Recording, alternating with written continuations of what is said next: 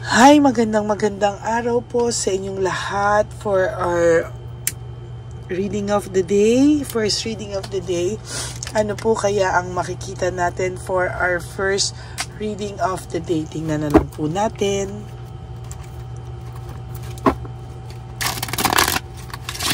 Namatay ang kandila sa lakas ng pag-reshuffle ko po.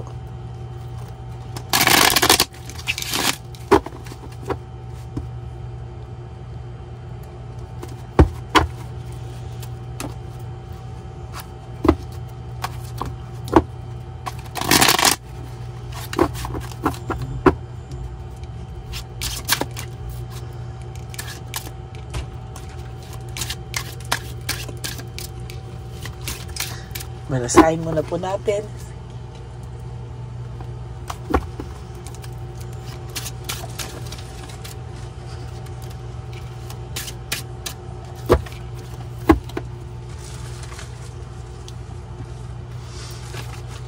Kamusta po ang araw nyo?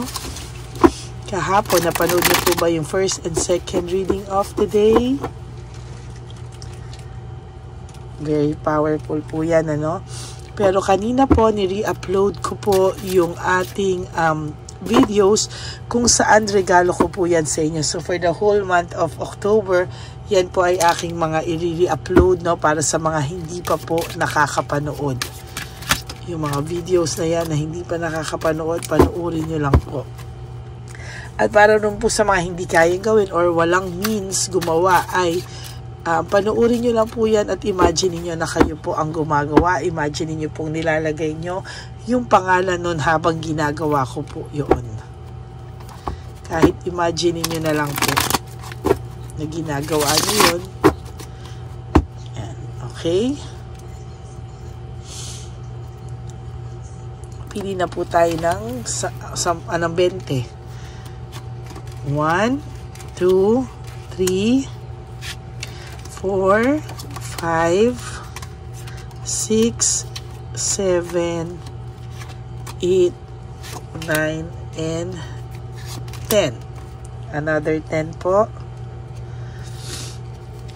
11, 12, 13, 14, 15, 16, 17, 18, 19, and 20.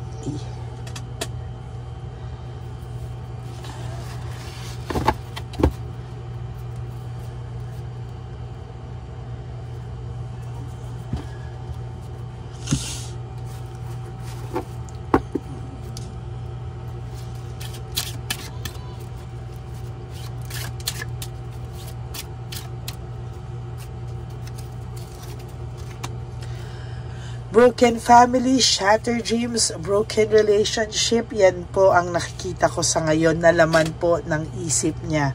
Sa nakikita ko po ngayon, ang laman po ng isip niya ay lahat po ng masasakit na bagay na nagawa niya sa iyo, no? Yung mga bagay po na quick decision, hindi pinag-isipan, yan po yung gumugulo sa kanyang isipan. Right at this very moment, nagugulo po ang kanyang isipan.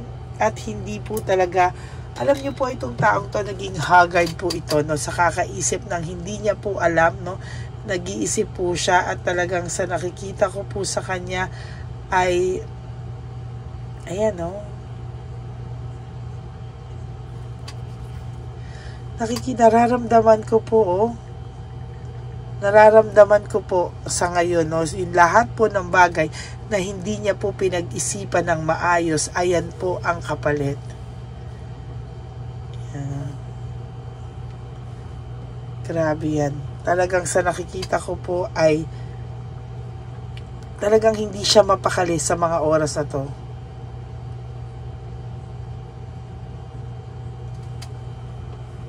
Hindi po siya matahimik, gusto niya po ng katahimikan, gusto niya po ng rest, pero sa totoo lang po, hirap na hirap po siya sa ngayon, ano? Hindi niya po alam kung ano po ang kanyang gagawin dahil panay failure and defeat po ang nangyayari sa buhay niya sa ngayon, ano? Nahihirapan po siya, panay failure and defeat, pero ayaw niya pong ayaw niya pong tanggapin yung pagkatalo niya, no? Kahit siya po ay burnout and overstress na, talagang pinipilit niya pa po na labanan ito, no? Kahit po minsan hirap na siya, gusto niya na pong mag-reach out, pero meron po siyang lack of initiative si Hangman, ano? Talagang sa nakikita ko po dito ay mas mahihirapan po siya sa mga susunod na araw, lalo na po no, na wala siyang initiative, lalo na po na may darating sa inyong blessings or makikita niya na maganda yung mangyayari sa iyo sa mga susunod na buwan. Kaya nakikita ko po may rewards kang matatanggap po, no? Rewards talaga. Meron akong nakikitang maganda at maayos, no? Magician, no? So nakikita ko po panay self-confidence lang po yung pinapakita niya sa iyo. But the truth is, hindi po yan, yung self-confidence niya is scripted, not, scripted lang po talaga sa nakikita ko, no? Dito po, may nakikita ko na ayaw niya pong pinag-uusapan siya, gossip and isolation, no? Sa totoo lang po ay, ayaw niya pong pinag-uusapan siya, ayaw niya po na parang pakiramdam niya po ay, ina-isolate lang siya, no? At sa nakikita ko din po dito, no, kahit anong hard work po ang gawin niya, ay darating ang araw po na talagang magkakaroon pa rin po siya ng pagkatalo sa buhay, no? Kahit po magsipag siya sa trabaho, parang feeling niya po walang magandang mangyayari sa kanya. There is this lack of satisfaction, no? Sa nakikita ko po sa kanya, may lack of satisfaction, dissatisfied and lack of inner joy ang ibig sabihin po nito, no? Nine of Cups is all about, in reverse, is all about dissatisfaction and lack of inner joy, no? There will come a time ikaw po magiging masaya na. There's joy, peace, harmony sa buhay mo, pero hindi po niya yan, malulungkot po siya, no, para sa iyo, no? Hindi po siya magiging masaya, malulungkot po siya na parang wala na po siyang saysay sa buhay mo, sa totoo lang, no? Parang ang pakiramdam po nito ay binagsakan siya ng langit at lupa pag nakita niyang masaya ka na. There's heartbreak, oh? May heartbreak po, no? Nasaktan ka nito ng sobra, kaya po siya ay gusto ka na rin po niyang ma-stuck sa inyong dalawa at huwag ka pong makahanap. But there is this new beginnings, no? Endings and new beginnings, no? Para new beginnings sa life mo. Kahit po wala ka pang makitang karelasyon or bago, no? Pero there will come a time na magiging mas ma-okay ka na po, no? Iikot na po ang mundo mo, no? Iikot na po ang mundo mo. There's end of phase, no? Sa lahat ng sakit na naranasan mo ngayon ay may end of phase po akong nakikita, meaning pagtatapos ng sakit na binigay sa iyo or pagtatapos ng mga pagdurusa mo. Siya po ngayon ang magkakaroon ng self-pity, grief. Siya po ngayon ang makakaramdam niyang mga yan, ano? Bakit po? Bakit po? Kasi po, sa totoo lang, no, hindi po siya makapag-decide or indecisive. Hindi po niya kayang desisyonan kung ano po ang susunod na pwedeng mangyari sa buhay niya, kung ano po ang gusto niyang mangyari. Kung panay ganyan lang po siya, ay wala po, no, magiging pabagsak po ang buhay niya, lalo na po lumabas ang The Tower. Ay, naku, lumabas ang The Tower, no? The Tower po is all about disaster, no? Talagang gugustuhin niya pong lumayo, leaving behind, walking away. Pero sa totoo po, there will come a time, no, na sasabihin ko po sa iyo, maiisip niya po lahat ng pagiging charitable mo sa kanya, yung generosity mo po sa kanya, maiisip niya po yun. Pero ang mangyayari po sa kanya ay anxiety, trauma, and hopelessness, no? Maiisip niya po lahat ng mga collaboration nyo, teamwork, collaboration nyo, pero yan po yung mangyayari. There's lack of resources, no? Lack of resources, lack of funds. Magmumblema po siya for the next few days, next few weeks.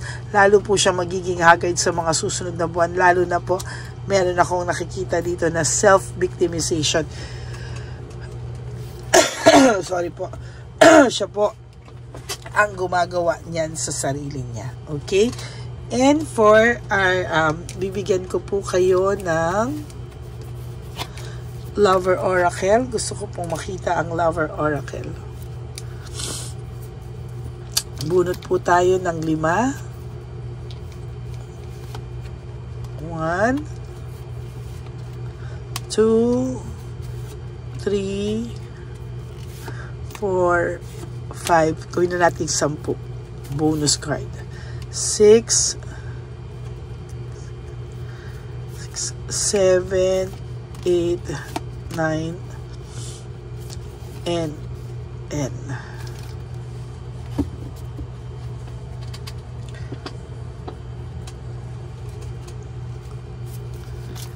Yan po, no, nagyabang po siya nung una na I want out. Gusto niya pong makipaghiwalay, etc. Iniwan ka po niya, ni walang pasabi. Pero ngayon po, these feelings are eating me alive, no? Sabi niya po, hindi niya maintindihan bakit siya ang may gustong umalis. Pero ngayon, kinakain siya ng kanyang feelings, no?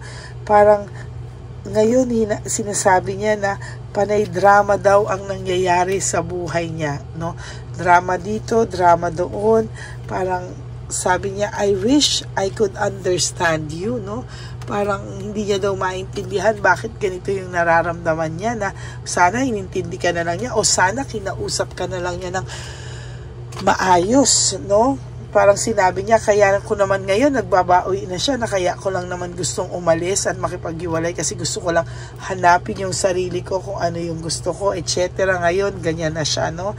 Sabi niya, gusto niya raw maging fully honest with you sa lahat ng nangyari, pero hindi niya po kaya kasi iniisip niya muna yung, nag-iisip muna siya sa isip niya bago sa puso niya. So, pag alam niya na madedehado siya or lalabas na siya yung may kasalanan talaga, umuurong po siya kahit alam niya po na you deserve better, no? Na kailangan mo ng taong better, na hindi mo deserve yung katulad niya, no?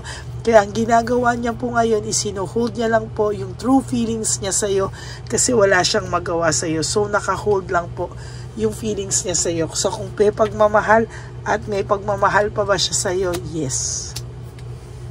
So, that's it for your first reading of today. I hope na naka-resonate kayo. And if you do, can you please give me a like and comment down below para naman po mabasa ko po ang inyong mga saloobin. Okay? At maraming salamat po sa inyong lahat. For those of you who would like to schedule a private reading with me, you can message me, or pagpapaalaga po, you can message me at Ladyly Elena. That's L-A-D-Y-L-Y Elena. Nasa dulo po yan ng ating video. Diyan nyo lang po ako makakontak. That's my only official and legit FB account. Yan. No, para po sa gusto magpaalaga din, no? And for those of you who would like to give me a super thanks for this video, I would really appreciate that from the bottom of my heart. Lalo na po, no? Lalo na po, nag-iipon na po tayo sa ating One Love a Day Christmas edition for our street lolos and lolas. Maraming salamat po sa inyong lahat. And for those of you na hindi po nag-i-skip ng ads, I would like to say thank you to all of you. Lalo na po sa aking mga ever loyal and solid Lady Elena friends, family and subscribers. I love you all from the bottom of my heart. Mahal na mahal ko po kayo. Thank you so much for everything po sa mga supporters ko. Maraming salamat. And ang lagi ko pong bili naman din sa inyo is that life is too short. Don't make it shorter by stressing yourself from all the pains and heartaches na binigay sa inyo ng kahapon. Just surrender everything to the divine universe and just let go and let God write your life and love story. I will be back for another set of reading. Huwag po kayong mawawala. At ako ay hindi naman din mawawala. Lagi po akong magbibigay sa inyo ng readings kahit nasaan mo lupalupot po ako ng daigdig. Okay? Maraming salamat po. At sa lahat po nang nag-greet sa akin, kahapon hindi ko pa po birthday. Sa next Tuesday po ang birthday ko, October 22. Okay? Maraming salamat po sa inyong lahat. And sabi ko nga po, just live one day at a time. Kalimutan nyo muna po ang mga okasyon sa buhay nyo. Mag-focus muna po kayo sa araw na to. And one day, you will survive from this. Okay? God bless you all and I love you all. See you again on my next reading. Okay? Salamat po. I love you all. Bye!